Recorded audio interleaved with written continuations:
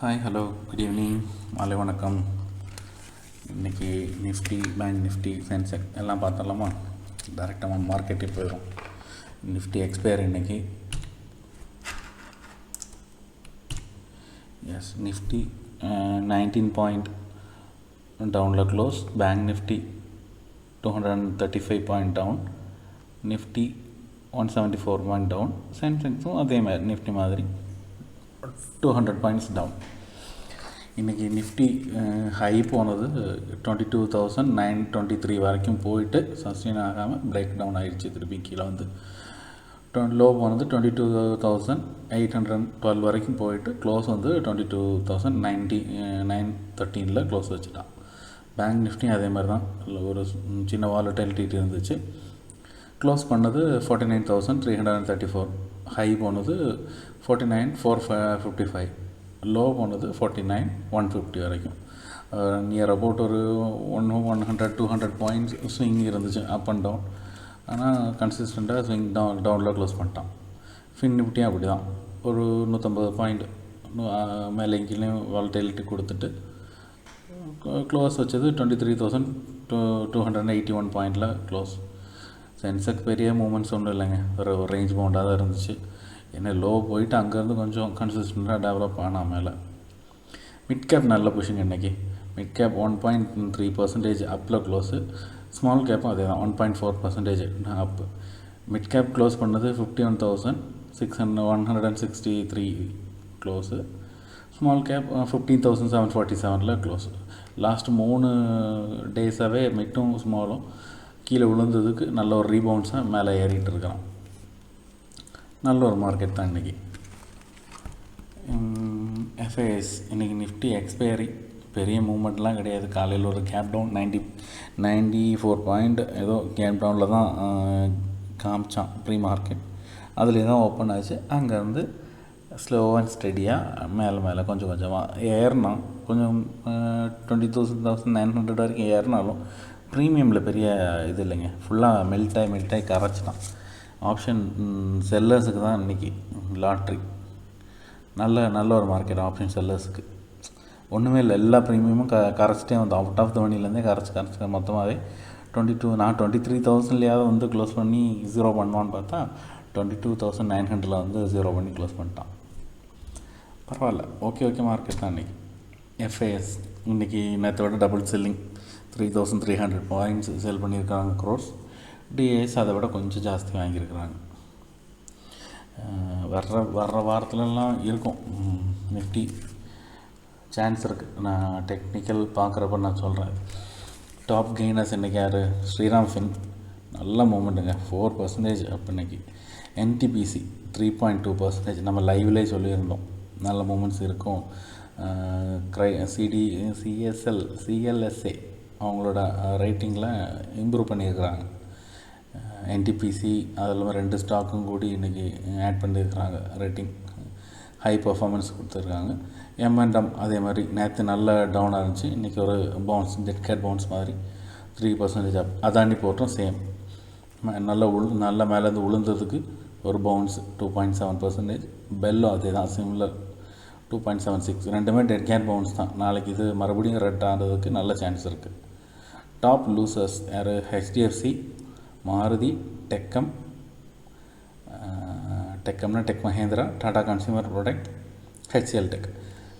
HDFC மட்டும் 2.25% down. பாக்கி எல்லாமே அண்டர் 2, 1.9, அப்புறம் எல்லாமே 1.5 அந்த ரேஞ்சில் தான். மாருதி மட்டும் நியர் அபவுட் 2% டவுன். செக்டர் வைஸில் இன்றைக்கி பார்க்க போனோன்னா பேங்கு, ஃபார்மா, எஃப்எம்சிஜி இது எல்லாமே டவுன். பேங்கு 0.5, ஃபார்மா லைட்டாக slightly down. FMCG 0.16% down. FMCG down ஆனதுக்கு ரீசன் அவங்களுக்கு ஜிஎஸ்டியில் சிகரெட்டுக்கெல்லாம் டேக்ஸ் வர்ற மாதிரி இருக்குது இன்றைக்கி. அது ஒரு மெயின் ரீசன். நல்ல பாசிட்டிவ் மூமெண்ட்ஸ் இருந்த செக்டர்னால் metal, PSC banks, oil and gas. Oil and gas 1.35% up. Metal sector 1.96%, near about 2% மேலே. பிஎஸ்சி பப்ளிக் செக்டர் பேங்க்கெல்லாம் 1.7% ஆப்பில் க்ளோஸ் பண்ணியிருக்கிறாங்க. அது ஒரு பாசிட்டிவான ஒரு நியூஸ். ஃபின் நிஃப்டி இது top gainers and losers. Nifty கொஞ்ச நாளாக ரேஞ்ச் பவுண்ட்லேயே இருக்குது. 22,700லேருந்து 23,000 ரேஞ்ச் பவுண்டாகவே இருக்குது. பையான் டிப் மெத்தட் தாங்க பொசிஷனலாகவே பார்க்கணுன்னா. பிரேக் அவுட் வரணுன்னா 23,050 மேலே 23,200 இந்த ரேஞ்சை பிரேக் பண்ணான்னா நிஃப்டி டெக்னிக்கலி ஒரு வி ஷேப் ரிக்கவரி வர்றதுக்கான நல்ல பாசிபிலிட்டி இருக்குது. கம்மிங் வீக்கில் அவங்களோட இது இருக்குது, என்னது மந்த்லி எக்ஸ்பயரி இருக்குது. அதனால் ரோல் ஓவர் நடக்கும், ரோல் ஓவர் பண்ணுவாங்க மந்த்லி எக்ஸ்பயரி எல்லாம். அதனால் கொஞ்சம் வி ஷேப் ரிக்கவரிக்கு வர்ற வாரத்தில் நல்ல சான்ஸ் இருக்குது. நிஃப்டி ஏறப்போ பேங்க் நிஃப்டி சப்போர்ட் பண்ணுவா இருக்கும், பார்ப்போம். அப்புறம் இன்றைக்கி மேஜர் நியூஸ் பார்த்தலாம். நிஃப்டி 50ல் ஜொமேட்டோ, ஜியோஃபின் ரெண்டும் ரீப்ளேஸ் பண்ணுது. எதை பிபிசியையும் பிரிட்டானியா இண்டஸ்ட்ரியும் ரெண்டும் ரீப்ளேஸ் பண்ணுது. பிரிட்டானியாவுக்கு ஜொமேட்டோ போட்டியாடா, ஜியோஃபின் பிபிசி எல்லாம் ரீப்ளேஸ் பண்ணுது. பிரிட்டானியா இருந்தது எங்கே, ஜொமேட்டோங்கிறது இங்கே. 32 வீக்ஸாக பார்த்துருப்பாங்க, ஒரு லாஸ்ட்டு 36 வீக்காக பார்த்துருப்பாங்க. பெரிய மூமெண்ட்ஸ் இல்லாதெல்லாம் ரிப்ளேஸ் பண்ணுவாங்க. இது எல்லா வருஷமும் நடக்கிறது தான். மூமெண்ட்ஸ் இல்லாமல் டெட் கேட்டு அப்படி இருந்துச்சுன்னா அதை மாற்றிடுவாங்க. அதனால் டாட்டா பவர் காலையில் ஸ்டார்டில் இருந்தே டே லோ போச்சு. அங்கேருந்து ஒரு 5% நல்லா டே லோலேருந்து கால்குலேட் பண்ணிட்டு 5% மேலே போச்சு. இன்றைக்கி பார்ட்னர்ஷிப் அமேசான் கூட ஐடபிள்யூஎஸ் வச்சுட்டு அவங்க ரியல் டைம் அண்ட் ஆட்டோமேஷன் அவங்களோட எல்லா டிப்ளாய்மெண்ட்லேயும் பண்ணுறதுக்கான ஒரு பிளான் வச்சுருக்கிறாங்க. அதனால் நல்ல ஒரு பிளான் அது. அமேசான் வெப் சர்வீஸோட டைப் நல்ல ஒரு மூமெண்ட் இருக்கும். பாசிட்டிவ்லி நாளைக்கும் அது மூவ் பண்ணுறதுக்கு சான்ஸ் இருக்குது. அப்புறம் என்டிபிசி என்னென்னா, ஸ்ரீலங்கா கவர்மெண்ட் கூட ஒரு கேபினெட் அப்ரூவ் பண்ணியிருக்கிறாங்க. 2 பவர் பிளான், ஒரு 50 வாட் மெகாவாட் பவர் பிளான்ட்டும் அதுக்கப்புறம் செகண்ட் 70 மெகாவாட் பவர் பிளான்ட்டும் போடுறதுக்கு அப்ரூவல் கிடச்சிருக்கு என்டிபிசிக்கு. அதனால் நல்ல ரேலி இன்றைக்கி, நேற்றும் நல்ல ரேலி, இன்றைக்கும் நல்ல ரேலி. இப்போ டெக்னிக்கலி பார்க்குறோன்னா என்டிபிசி ஒரு நல்ல ஒரு பையிங் பாயிண்டில் தான் இருக்கிறான் டெக்னிக்கலி, இன்ட்ராடே சொல்கிறேன். அப்புறம் டாடா ஸ்டீல் இது ஈவினிங் அந்த நியூஸுங்க. ஆஃப்டர் மார்க்கெட் அவர்ஸ் வந்தது. Tata steel near about 191 crore சிங்கப்பூரில் ஒரு டிஎஸ்ஹெச்பி இதை பண்ணியிருக்கிறாங்க, அக்வயர் பண்ணியிருக்கிறாங்க. அதனால் அவங்க ப்ரொடக்ஷன்லாம் கொஞ்சம் இம்ப்ரூவ்மெண்ட் ஆகிறதுக்கு, ப்ரொடக்ஷன் ப்ராஃபிட்டில் வர்றதுக்கு சான்ஸ் இருக்குது. அது ஒரு மேஜர் பாசிட்டிவ் நியூஸாக நாளைக்கு மார்க்கெட் ரிஃப்ளெக்ட் பண்ணும். அப்புறம் வேர்ல்டு வைட் நியூஸ் என்னது, எஃப்எம்ஓஎம்சி மீட்டிங் என்ன நேற்று நடந்துச்சு. அது என்ன சொல்லியிருக்கிறாங்கன்னா, ரேட் கட் இன்னும் டிக்ளேர் பண்ணுறதில்ல, டேட்டு ஃபைனலைஸ் பண்ணல, ரேட் கட் அன்சேஞ்சாக தான் இருக்கும். இன்ஃப்ளேஷன் டேட்டா வந்துச்சு, சிபிஐ டேட்டா வந்துச்சு இந்த 2-3 நாள் முன்னாடி நினைக்கிறேன். எக்ஸ்பெக்டேஷன் 2.8%, 6% வச்சுருந்தாங்க. ஆனால் வந்தது 3%. எக்ஸ்பெக்டேஷனோட கூடுதலாக வந்துச்சு. அதனால் இப்போதைக்கு ரேட் கட் கிடையாது. இது ஒரு நல்ல நெகட்டிவ் நியூஸாக நாளைக்கு மார்க்கெட் எடுத்துக்கிறதுக்கு சான்ஸ் இருக்குது. நிஃப்டி சப்போர்ட் அண்ட் ரெசிஸ்டன்ட் பார்த்துடலாம். அதுக்கு முன்னாடி நம்ம டெக்னிக்கலாக பார்த்துடலாம்.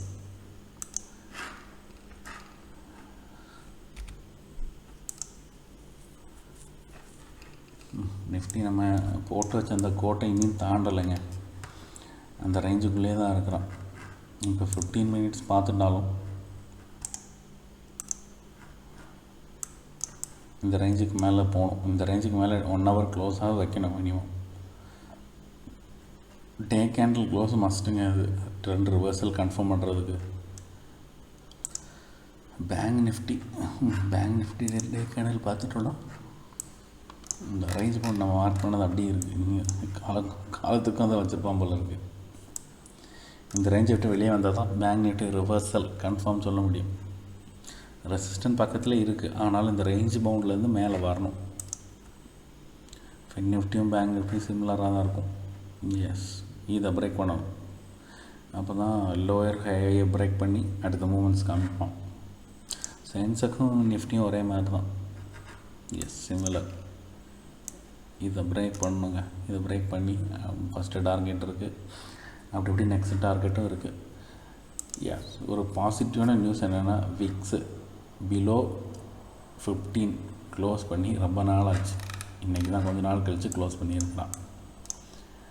பரவாயில்ல, ஒரு நல்ல ஒரு பாசிட்டிவ் நியூஸ் மார்க்கெட்டுக்கு. நாளைக்கு இதே சஸ்டெயின் ஆச்சுன்னா நல்லாயிருக்கும். பாருங்களேன், எத்தனை நாளாக 15க்கு மேலே க்ளோஸ் பண்ணிட்டு இருக்கிறான். இன்றைக்கி 15 கீழே க்ளோஸ் பண்ணி ஒரு சாதனை படைச்சிருக்கிறார். நாளைக்கும் மார்க்கெட் நல்லபடியாக ஓப்பன் ஆச்சுன்னா நல்லாயிருக்கும்.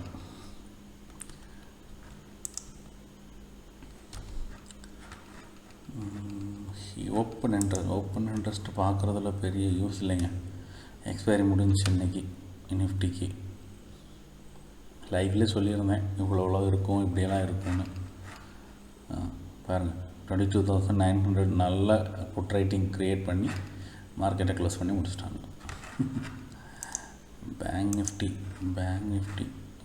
பக்கத்தில் எங்கே சொல்லிக்கிற மாதிரி ஒரு ஸ்ட்ரைக் ப்ரைஸும் இல்லைங்க. 49,000 இருக்குது, இந்த பக்கம் 49,500. இதுக்குள்ளே எத்தனை குட்டியாக ஸ்ட்ராடல் க்ரியேட் பண்ணி வச்சுருக்கிறாங்க. அதையும் பிரேக் பண்ணால் 50,000 மேஜர் ரெசிஸ்டண்ட்டாக இருக்கும். சப்போர்ட் இருக்குது 49,000, அதே அளவுக்கு ரெசிஸ்டண்ட்டும் இருக்குது. சென்செக்ஸ் எல்லாம் சொல்லிக்கிற அளவுக்கு எதுவுமே இல்லை. ஓஏ பார்க்குறது லைவ் மார்க்கெட்டில் பார்த்தா தான் கரெக்டாக இருக்கும்.